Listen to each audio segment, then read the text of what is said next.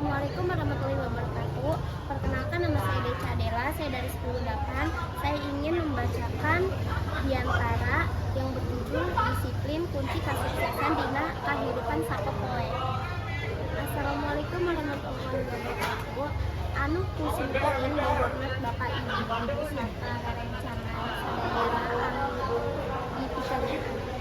Hayu urang sami-sami muji syukur ka Gusti Allah Subhanahu wa taala anu parantos makatin rahmat sareng karunyana sahingga urang tiasakeun dijieun dina kaayaan sehat.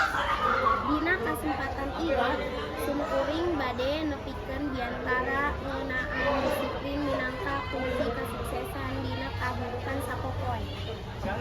Rerencangan sadaya, disiplin teh kacida pentingna dina kahirupan urang. Jalma anu disiplin biasana boga kebiasaan anu hade seperti datang tepat waktu, ngalaksanakan kewajiban kalayan tanggung jawab, sarta henteu ngalalawankeun pancen.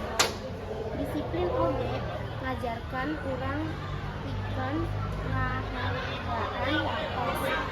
Namun urang tiasa ngatur waktos kalayan hade, sagala kagiatan bakal leuwih teratur sarta hasilna oge leuwih maksimal. Sabalikna, lamun urang teu disiplin, loba karugian anu bakal karandakan. Urang biasa katinggalan pelajaran, teu ngahontal cita-cita, malah bisa menang masalah dina kahirupan sapopoe. Ku sebab eta, hayu urang ngamimikan hirup disiplin ti ayeuna.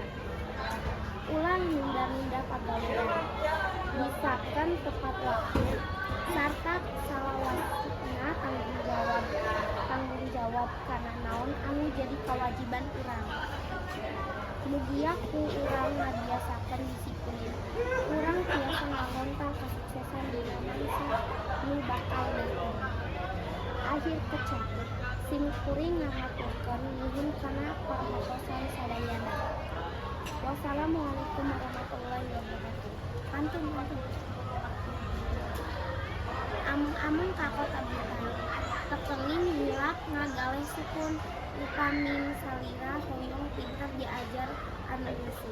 Antun kadua, kembang ligar di pagunungan, salawaga di padesaan, hatur nuhun kana parahatosan hapunten kana kalepatan.